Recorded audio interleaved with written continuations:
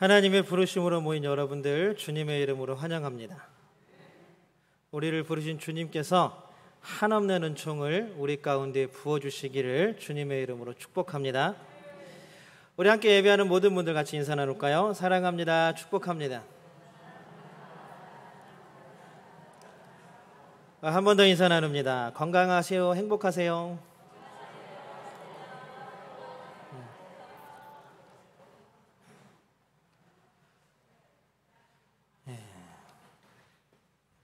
여러 가지 이유들로 오늘 예배에 참석하지 못한다는 전화와 문자가 많이 오더니 역시 온 연락대로 그렇군요.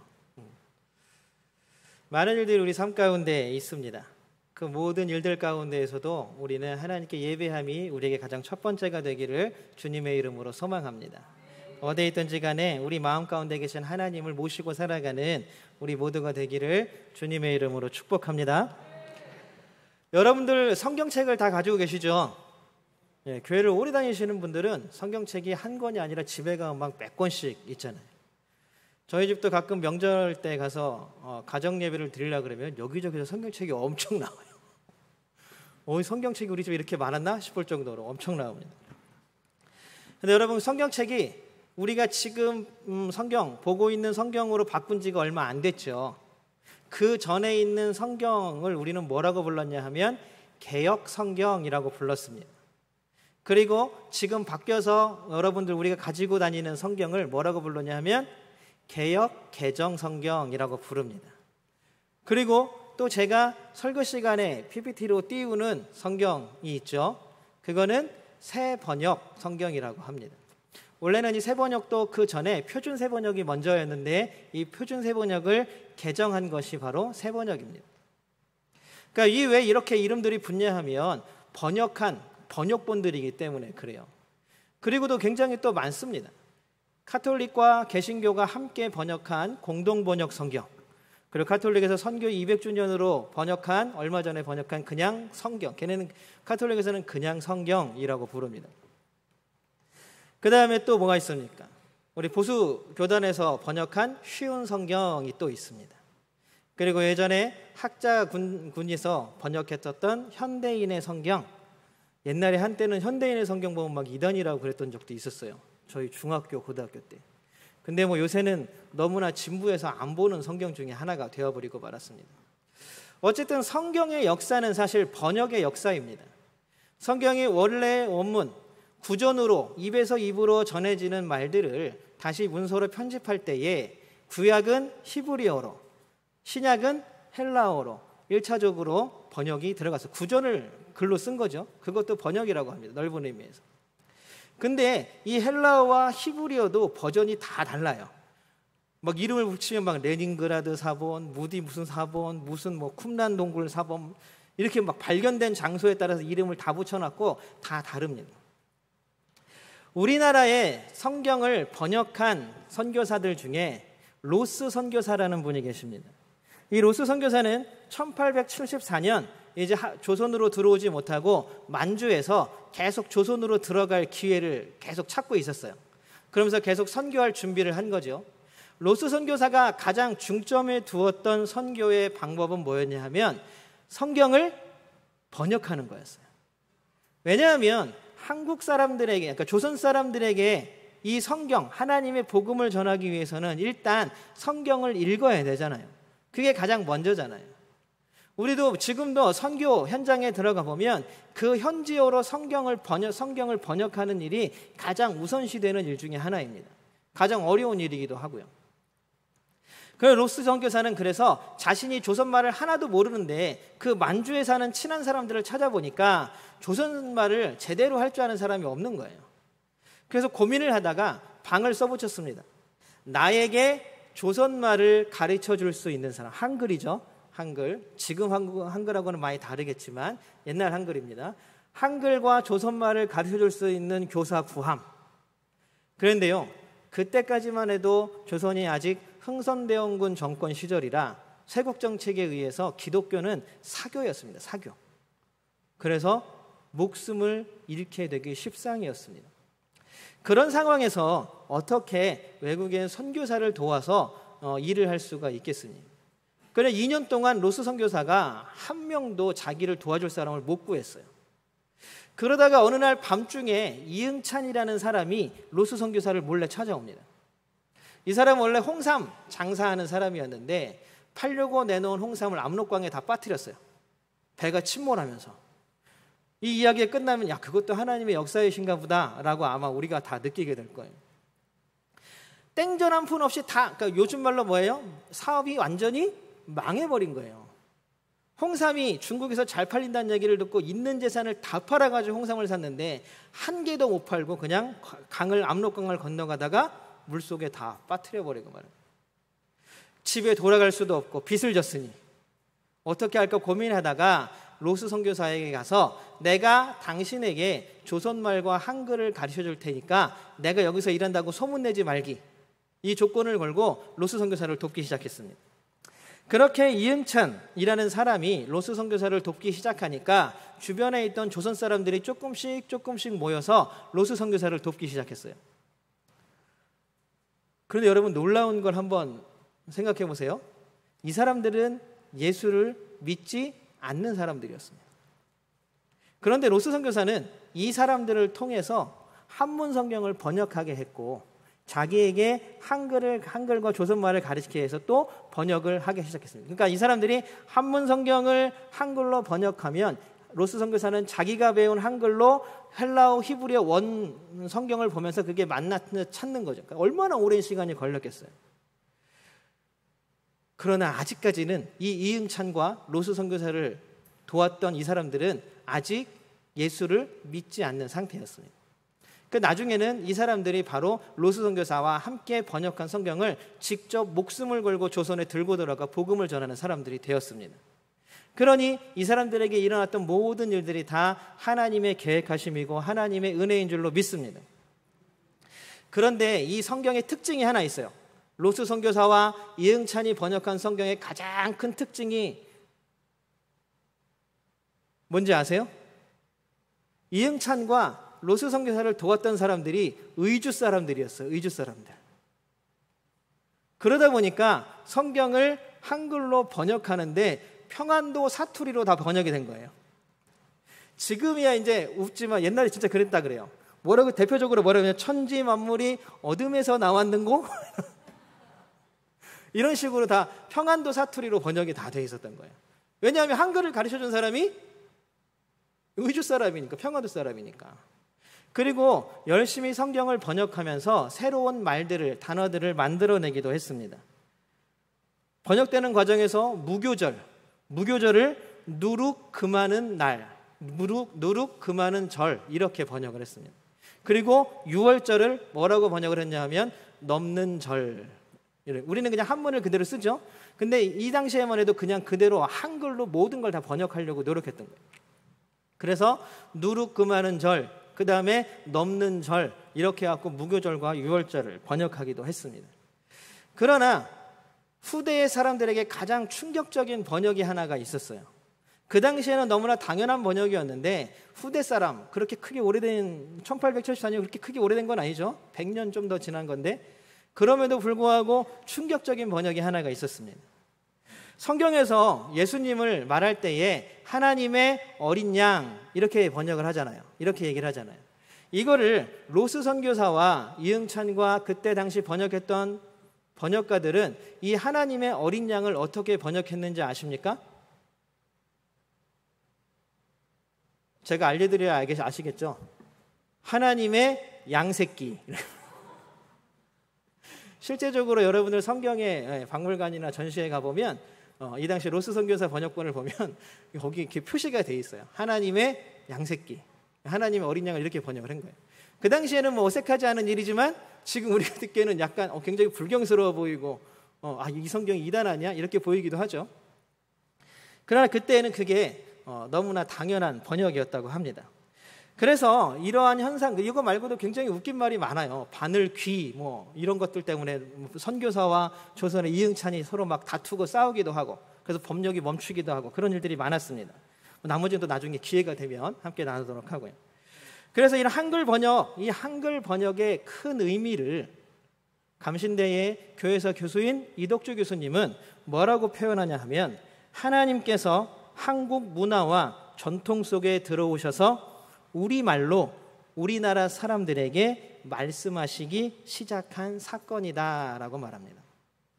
제가 아까 말씀드렸잖아요. 하나님의 양새끼 해도 그 당시 사람들은 이상할 게 아무것도 없다고. 드디어 조선 사람들에게 조선말로 된 성경이 번역되어서 그 말씀이 뿌리를 내리기 시작했다라는 것입니다. 이렇게 하나님은 우리가 이해할 수 있게끔 말씀해 주십니다. 하나님은 우리가 그 말씀을 받을 수 있게끔 우리에게 이야기해 주시는 분이십니다. 그리고 놀랍게도 지금도 우리를 향하여서 계속 말씀을 하고 계십니다. 여러분들, 여러분 옆에서 여러분의 마음 가운데에서 하나님은 계속 여러분들을 향하여, 나를 향하여 말씀하고 계신 줄로 믿습니다. 우리가 귀를 기울이면 그 말씀을 들을 수 있습니다. 그런데 우리가 귀를 기울이지 않아요. 하나님이 무엇이라고 말씀하시는지, 하나님이 어떤 이야기를 하시는지 성경을 읽지 않고, 성경을 읽더라도 그 말씀이 도대체 나에게 어떠한 것을 요구하고 원하는지를 우리는 찾아내지 못합니다. 우리 아이들을 보면요, 가끔 가다가 게임이나 아니면 핸드폰에 빠져 있으면 몇 번을 불러도 못 알아들어요. 완전히 몰입해갖고 몰두해 있는 거죠. 우리가 지금 하나님의 말씀을 못 듣는 가장 큰 이유가 뭐냐 하면, 우리는 바쁘다는 이유로, 세상을 살기 힘들다는 이유로 세상에 너무 몰두해 있어. 그러다 보니까 하나님의 말씀이 우리 귀에 들어오지 못하는 겁니다. 하나님의 말씀을 이렇게 읽기 쉽게 여러 가지 번역을 거치면서 지금 우리가 읽기 쉬울 정도로 번역이 되어서 우리에게 말씀하시는데도 우리는 계속해서 그 말씀을 튕겨내기만 합니다. 우리 모두가 하나님께 집중하여서 하나님의 말씀을 듣기를 애쓰는 성도들 되시기를 주님의 이름으로 소망합니다. 데살로니가 교회는 바울이 전하는 하나님의 복음을 받아들였습니다.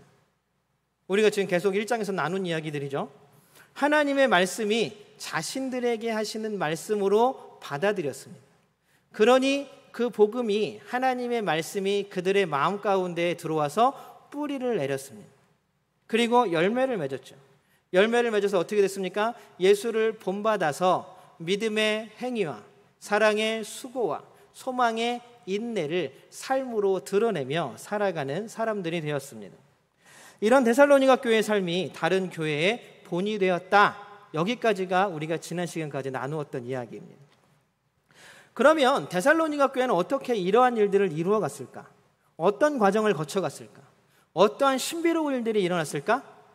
하나님을 만나는 놀라운 기적과 같은 일들이 그들에게 일어났을까? 그것을 우리가 이제부터 좀 살펴보려고 합니다. 도대체 데살로니가 교회와 나는 뭐가 다른가? 아니면 뭐가 똑같은가? 왜 나는 데살로니가 교회처럼 말씀이 마음에 뿌리 박히지 못했는가? 아니면 말씀이 뿌리 박힌 분들은 내가 데살로니가 교회와 똑같구나 라는 것들을 한번 점검해보는 시간이 되기를 원합니다.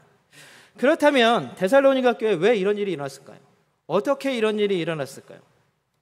그들을 이렇게까지 이끌어온 원동력은 무엇이었을까요? 바울은 오늘 우리가 읽은 1장 9절 10절에서 그 원동력에 대해서 이야기하고 있습니다. 오늘 그럼 첫 번째입니다. 9절 하반절 함께 읽어보겠습니다. 9절 하반절입니다. 같이 한번 읽어보겠습니다. 시작. 어떻게 해서 여러분이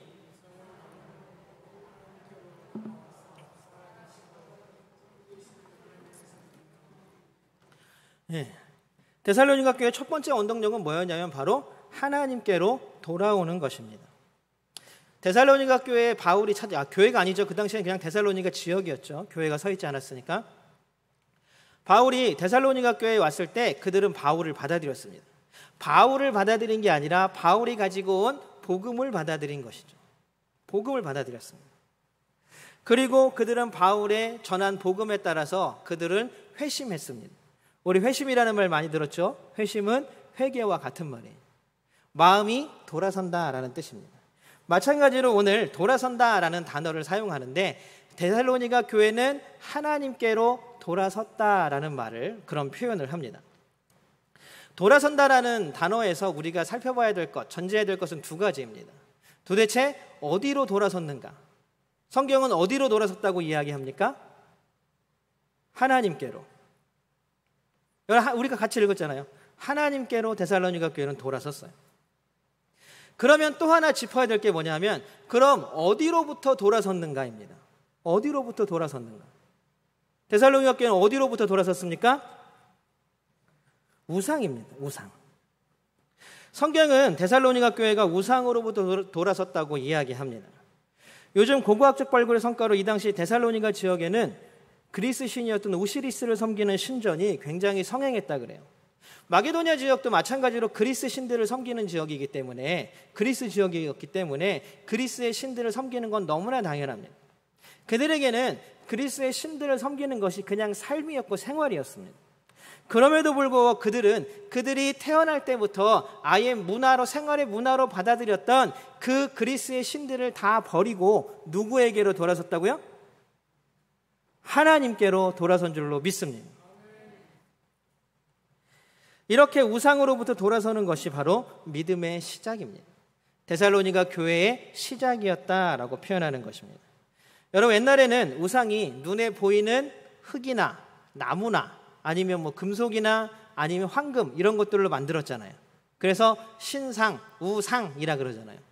여러분, 요새 젊은 가수들, 인기 많은 가수들을 아이돌이라고 하잖아요. 아이돌. 그게 우상이라는 뜻이거든요. 우상. 아이들이, 청소년들이, 어린이 아이들이 그렇게 가수들에게 푹 빠져 있는 것도 사실 위험한 일이기도 합니다. 우상이 되는 거예요. 실질적으로 입에서 그냥 우상이라고 내뱉는 거잖아요. 말에 대한 조심성도 우리가 아이들에게 좀 가르칠 필요는 있을 것 같습니다. 어쨌든 우리가 신들의 모습을 깎아 만든 나무나 흙, 돌, 금속 이러한 것들을 우상, 신상이라고 불렀습니다. 그런데 여러분 한번 생각해 보세요. 이렇게 만들어진 신상, 우상들은 결국 그것을 만든 사람의 상상력, 그 사람의 인식의 한계를 넘어서지 못하는 거예요. 결국에는 인간의 창작물일 뿐이라는 이야기입니다. 다시 한번 말씀드립니다. 우리가 어떤 신의 모습이 이렇습니다라고 조각을 하고 아니면 금으로 만들고 아무리 화려한 보석으로 치장할지라도 그 형태와 그 모양은 인간의 상상, 인간의 인식의 한계, 생각하는 한계를 넘어서지 못한다는 이야기입니다. 결국 하나님이 우상은 사람이 깎아 만든 것이다 라고 말씀하시는 게 바로 이거예요. 결국 사람이 만드는 거예요. 그러면 왜 사람은 신이라고 하는 것들의 형상을 만들까요? 자신들의 만든 물건에 왜 신이라는 딱지를 붙여서 섬길까요? 성경을 한번 살펴보십시오. 이집트를 탈출한 이스라엘 백성이 마침내 시내산에 도착했습니다. 이집트에서 10가지의 재앙을 통해서 이집트를 탈출했습니다.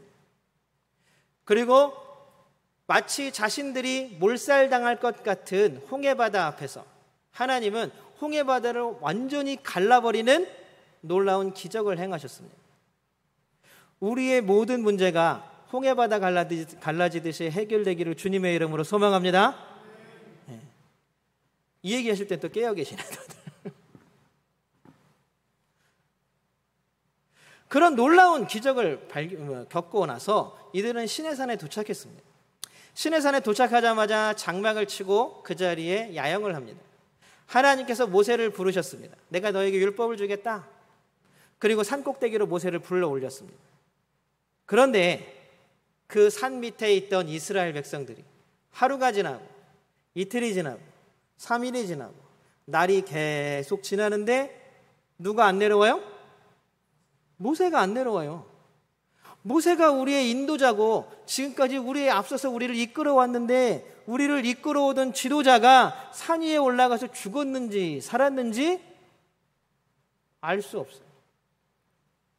그러니 그들은 두려움에 사로잡힙니다. 그래서 사람들은 불안해서 아론 앞으로 몰려듭니다. 그리고 아론에게 말합니다. 당신의 동생, 우리를 인도하여 낸 모세가 죽었는지 살았는지 모르겠다.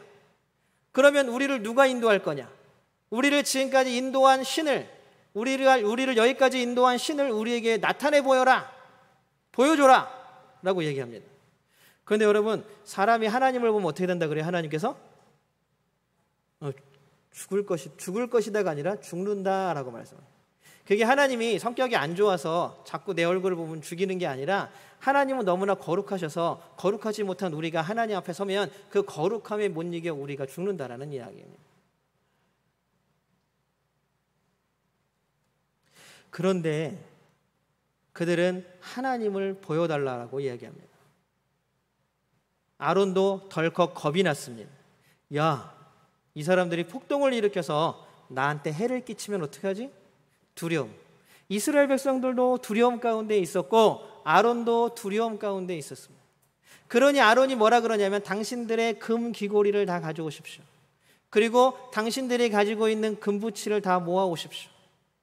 그래서 그것들로 뭘 만드냐 하면 황금 송아지를 만듭니다. 여러분들 금송아지 다들 집에 한 마리씩은 다 있으시죠? 없으세요? 다 있으신 줄 알았는데.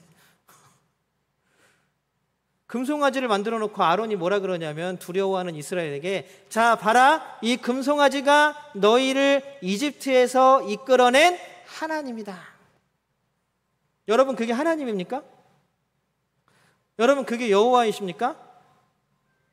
여호와는 야, 나를 어떤 형상으로도 만들지 말라라고 말씀하신 분이 하나님이십니다.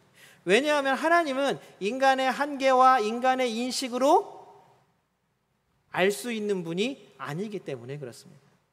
인간을 넘어서는 분이시고 세상을 넘어서는 분이시고 우리가 가지고 있는 세상의 모든 것들을 다 뛰어넘으시는 분이 하나님이신 줄로 믿습니다. 하나님을 우리가 만든 그 금송아지에 가둬둘 수가 없는 거예요.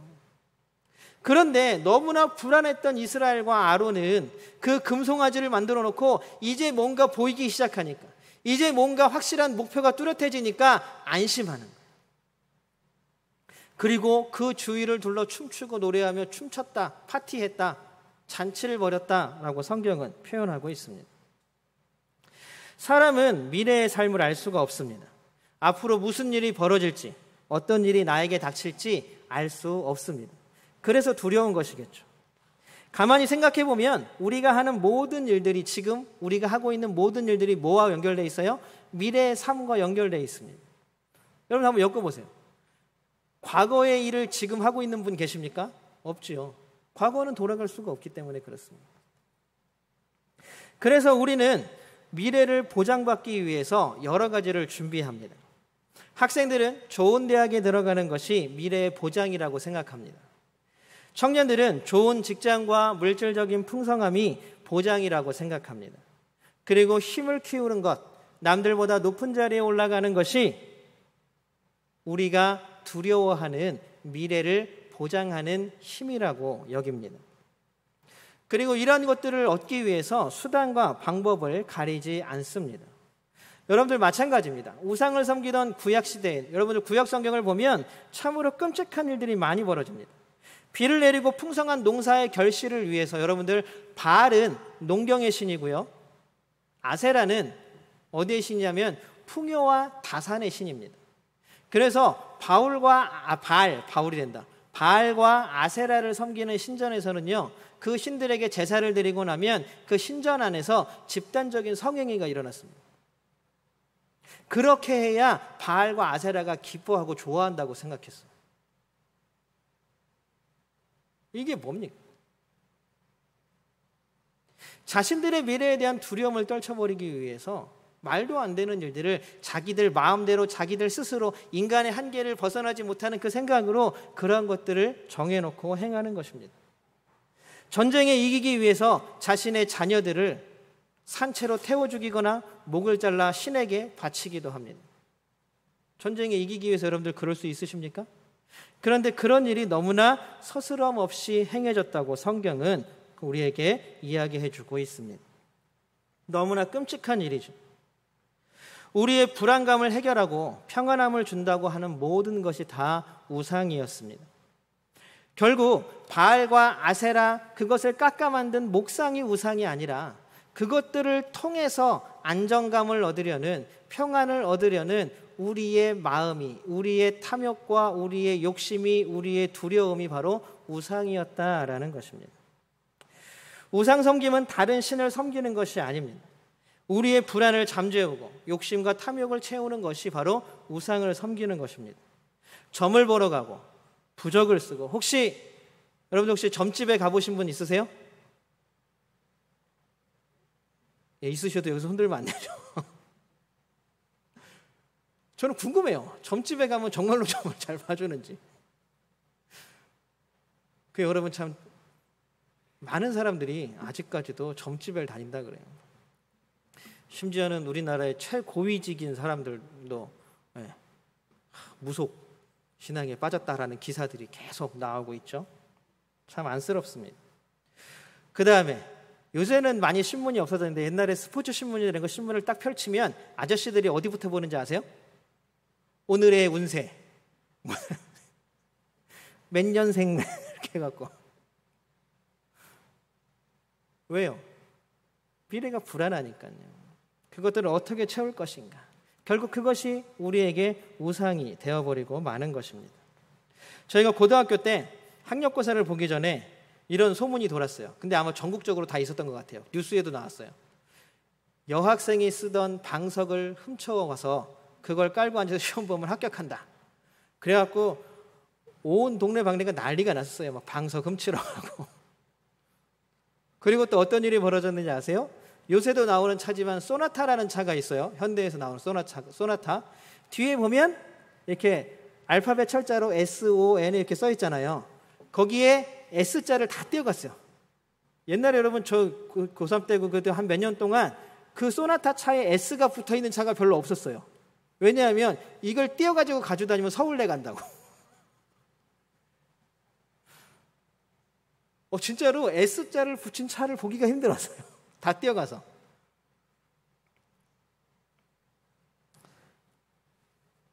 사실 얼마나 비참한 일입니까? 요즘도 많은 사람들이 자신의 미래를 보장받기 위해서 젊은 사람들이 코인과 주식에 모든 것들을 넣어놓고 심지어는 그것이 잘못되어서 자신의 목숨을 스스로 끊는 일들도 계속 벌어지고 있습니다. 우리는 계속해서 알 수 없는 미래에 대한 두려움으로 그걸 어떻게 하면 채울까? 그 두려움을 어떻게 하면 없앨까를 고민하면서 뭔가를 계속 찾아내서 끊임없이 그것을 우리가 섬기려고 합니다. 그것들은 눈에 보이니까요. 우리는 이 모든 것들로부터 돌아서야 할 줄로 믿습니다. 물론 여기서 말할 때는 여러분들 좋은 학교를 가지 말라는 말이 아닙니다. 좋은 직장에 취직하는 것이 여러분 우상을 섬기는 것입니다 라고 말하는 게 아닙니다. 여러분들 돈을 많이 버는 게 죄입니다 라고 말하는 게 아니에요. 높은 자리에 올라가지 말라고 말씀드리는 것도 아닙니다. 우리가 하는 모든 행위들은 우상이 되어서는 안 된다라는 이야기입니다. 우리가 하는 모든 일들, 학교를 가고 직장을 가고 의사당에서 살아가고 좋은 사람과 함께 결혼하고 좋은 가정을 꾸리고 돈을 많이 벌고 혹은 돈을 적게 벌어도 아니면 높은 자리에 올라가도 아니면 내가 원하는 자리에서 열심히 일을 할지라도 이 모든 것들이 다 어떻게 이루어져야 하냐면 우리의 미래의 불안, 우리의 욕심과 탐욕을 채우기 위함이 아니라 하나님께 영광 돌리기 위한 삶이 되어야 될 줄로 믿습니다. 내가 지금 이 자리에 있는 건 내 미래를 위해서가 아닙니다. 내가 지금 이 자리에서 하나님이 우리를 섬겼던 것처럼 나도 누군가를 섬기기 위해서 그 자리에 있는 줄로 믿습니다. 이것이 바로 우리의 믿음이 되어야 합니다. 같은 자리에 있더라도 그것을 우상으로 섬기느냐 아니면 하나님께 영광 돌리는 삶으로 바꾸느냐는 너무나 큰 차이를 가져옵니다. 보이는 우상, 신앙과 부적과 같은 것을 거부하는 것은 참 쉽죠. 집에 막 부적 떼어내면 되고 옛날에 보면 집에 뭐라 그러죠? 북어인가요? 명태인가요? 막 이렇게 실로 매달아 놨었잖아요. 잘 모르시는 분들도 있죠. 보면 저희는 옛날에 외할머니는 이렇게 북어 가지고 집에다 매달아 놓고 그랬어요. 왜 그랬는지 저는 잘 모르겠어요. 그런 것들을 떼어버리는 것은 쉽습니다. 그러나 눈에 보이지 않는 우상을 떨쳐버리기란 쉽지 않습니다. 여러분 저는 김훈이라는 소설가를 참 좋아합니다. 김은이라는 소설가가 쓴 칼의 노래라는 소설에 이런 구절이 있습니다. 이순신 장군이 한 대사이고 명량이라는 영화에서도 최민식 배우가 했던 대사이기도 합니다. 정작 무서운 것은 칼로 벨 수 있는 눈앞의 적이 아니라 칼로 베어지지 않는 적들, 두려움이다. 이 두려움을 용기로 바꿀 수만 있다면. 혹시 명량 보신 분들 기억나시나요? 대사가? 네. 눈에 보이는 거 숨기면 돼요. 안 보이게 하면 돼요. 쓰레기통에 버리면 돼요. 그러나 우리 마음가운데 차고 있는 제가 지금까지 우상이라고 설명드린 그 모든 것들을 다 거부하고 하나님께 돌아서는 것은 결코 쉽지 않습니다. 우리가 알고 있는 기드온 하면 300용사가 딱 떠오르시죠. 기드온, 하나님의 명령에 따라서 이스라엘이 미디안에 의해서 섬기던 신상의 목을 도끼로 잘라버렸습니다. 신상 회파 사건이죠. 그리고 300용사를 모아서 미디안족을 물리쳤습니다. 영웅이잖아요. 하나님의 말씀 그대로 행한 사람입니다. 그런데 문제는 바로 여기서부터 시작됐습니다. 이스라엘 사람들이 기드온을 야, 우리의 왕이 되어 주십시오. 야, 어떻게 이렇게 현명하고 똑똑하고 용맹스러울 수가. 그랬더니 기드온이 사양해요. 나라는 하나님이 다스리는 겁니다. 나는 왕을 하지 않겠습니다. 라고 했는데 바로 그 다음 구절에서 바로 올무에 걸립니다. 그러면 정 나한테 고마우면 당신들 얻은 금 귀고리를 다 나에게 주십시오. 그래요. 그래서 그 금 귀고리로 뭘 만드냐면 에봇, 대제사장이 입는 옷을 만들어서 제사장에게 주는 것이 아니라 자기 집에 걸어놓고 그것을 숭배하고 제사하게 만듭니다. 또 하나의 우상이 선 것입니다. 그리고 자기가 낳은 아들의 이름을 아버지는 왕이다 라는 뜻의 아비멜렉으로 짓습니다. 아들의 이름의 뜻이 아버지는 왕이다 그러면 누가 왕이라는 거예요? 기드온이 왕이라는 거죠. 눈에 보이는 왕자리 괜찮습니다. 거절할 수 있습니다. 그러나 그 마음에 있는 교만은 어찌할 수 없이 채워야 하는 것이었습니다. 결국 그것이 기드온 집안의 올무가 되어서 그 아비멜렉 늦게 태어난 아들이 그 온 집안의 형제들을 다 죽였다라고 표현합니다. 돌아선다는 것은 완전히 등을 돌린다는 말입니다. 지금까지 바라보고 있던 것을 등지고 보지 않는 것입니다. 우상에서 돌아선다는 것은 여러분 미래에 대한 두려움을 떨쳐내는 것입니다. 욕심과 탐욕과 나의 뜻을 채우지 않는 것입니다. 그렇게 돌아서면 하나님이 우리를 향해 서 계십니다. 완전히 돌아선다는 것은 사실 쉽지 않습니다. 한 번 돌아섬으로 또한 끝나는 일도 아닙니다. 우리는 계속해서 매일매일의 삶을 돌아보고 하나님께로 순간순간마다 돌아서야 할 줄로 믿습니다. 하나님께 집중하고 결단하십시오. 여러분, 우물쭈물 하다가는 우리의 인생은 보이지 않는 적들에 끌려가 버리고 마는 것입니다. 우물쭈물 하다가는 우리의 삶은 보이지 않는 우상에 집어삼켜져 버리고 마는 것입니다. 하나님께 도움을 요청하십시오. 데살로니가 교인들처럼 말씀이 우리 가운데 뿌리 내리게 해달라고 기도하십시오. 이것이 우리가 해야 될 일인 줄로 믿습니다. 사랑하는 성도 여러분, 우리는 돌아서는 존재가 되어야 합니다. 한 번의 돌아섬으로 우리의 믿음과 우리의 신앙이 완전해지지는 못합니다. 우리가 매일매일 바라보는 삶의 환경과 풍경이 다르기 때문입니다. 너무나 연약하고 고난과 고통에 쉽게 휩쓸리기 때문이기도 합니다. 그래서 매일 매순간 하나님을 향하고 있는가를 점검해야 합니다. 하나님을 향한 삶의 결단이 계속해서 일어나야 할 줄로 믿습니다. 우리의 눈이 하나님께 고정된 채로 돌려지지 않기를 소망합니다. 우리들을 향해 돌아오라고 부르시는 하나님의 음성, 하나님의 말씀이 성경을 통하여, 우리의 기도를 통하여, 우리의 삶을 통하여 우리 마음에 울려 퍼지기를 주님의 이름으로 축복합니다.